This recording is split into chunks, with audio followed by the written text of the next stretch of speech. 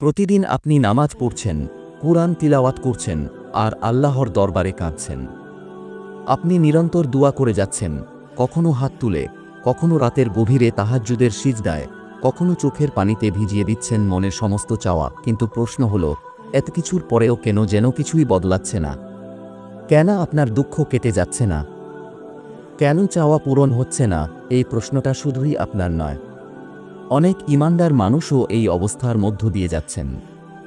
এই লেখায় আমরা বুঝতে চেষ্টা করব আল্লাহর কাছে দোয়া করার পরেও কেন কিছু বদলায় না বলে মনে হয়, এবং এই পরিস্থিতিতে কিভাবে আমাদের ঈমান ও বিশ্বাস অটুট রাখতে পারি। আল্লাহর পরিকল্পনা সবকিছুর ওপরে।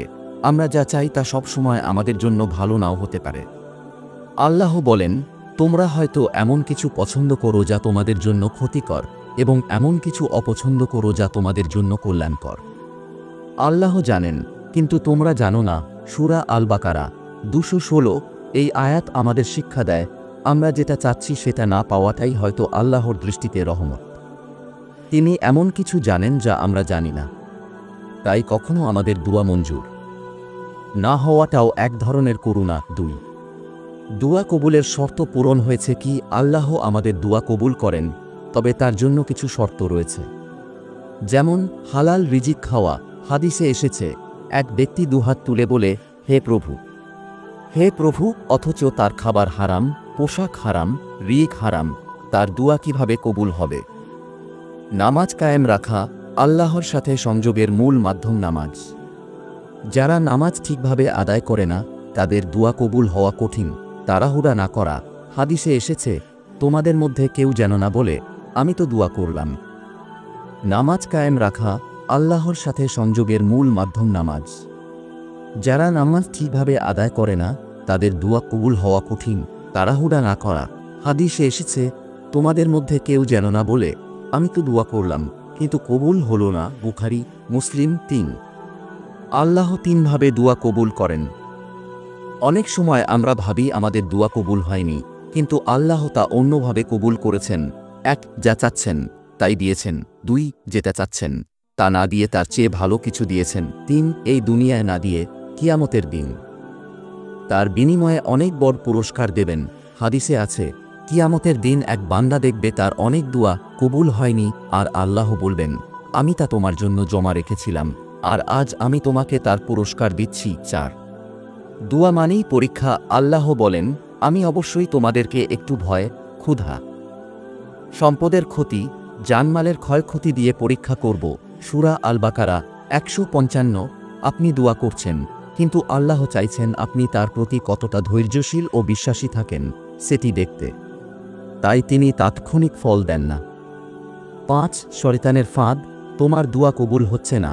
শয়তান আমাদের মনে সন্দেহ ঢুকিয়ে দেয়, তুমি তো আল্লাহকে ডাকছ, কিন্তু সে তোমার কথা শুনছে না। এই ধরনের চিন্তা ঈমানের জন্য মারাত্মক।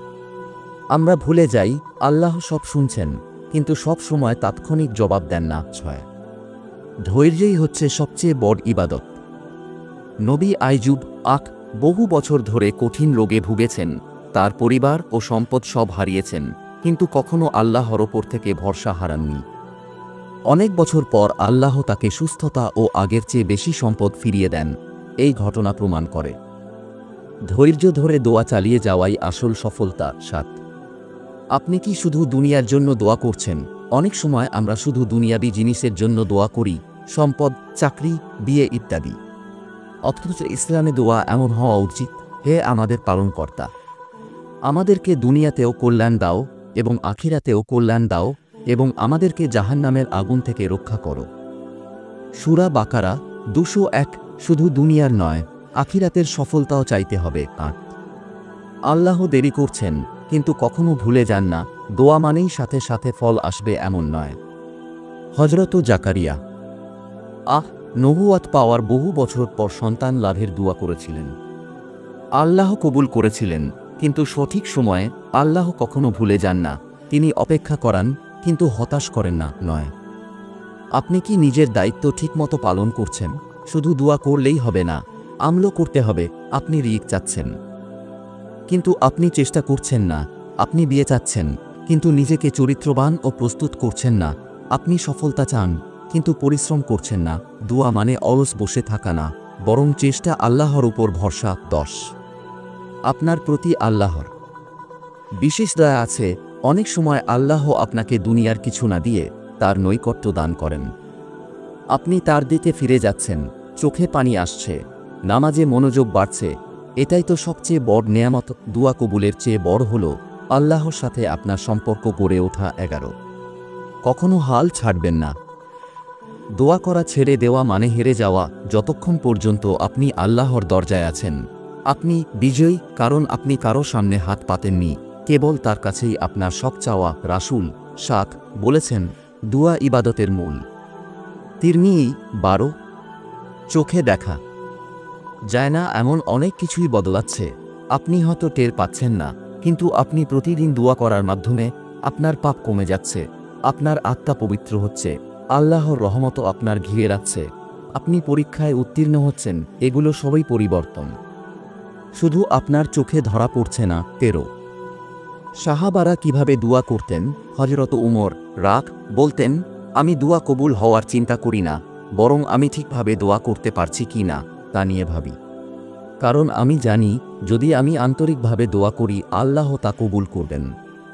14 আপনি আল্লাহর প্রিয় হয়ে যাচ্ছেন। ধৈর্য, কান্না, তোবা এসব আপনাকে আল্লাহর প্রিয় বানাচ্ছে। আপনি হয়তো দুনিয়ার কিছু পাচ্ছেন না, কিন্তু জান্নাতে আপনার জন্য মহা পুরস্কার প্রস্তুত হচ্ছে। উপসংহার, আপনি প্রতিদিন দোয়া করছেন, কিন্তু কিছুই বদলাচ্ছে না। এটা সত্যি নয়। আপনি বদলে যাচ্ছেন। আপনার ঈমান, আপনার ধৈর্য, আপনার আত্মিক শক্তি বাড়ছে। আল্লাহ আপনার প্রতিটি কান্না, প্রতিটি আরজি শুনছেন। তিনি বলেন, আমার বান্দারা যদি তোমার কাছে আমার ব্যাপারে জিজ্ঞেস করে, তাহলে তাদের বলো, আমি তো খুব নিকটে। যখন কেউ আমাকে ডাকে, আমি তার ডাকে সাড়া দেই। সূরা বাকারা 186। তাই কখনো হতাশ হবেন না। আপনার দোয়া কবুল হবেই, হয় এখন, নয় পরে, না হয় জান্নাতে। আল্লাহ আমাদের সকল দোয়া কবুল করুন। আমিন।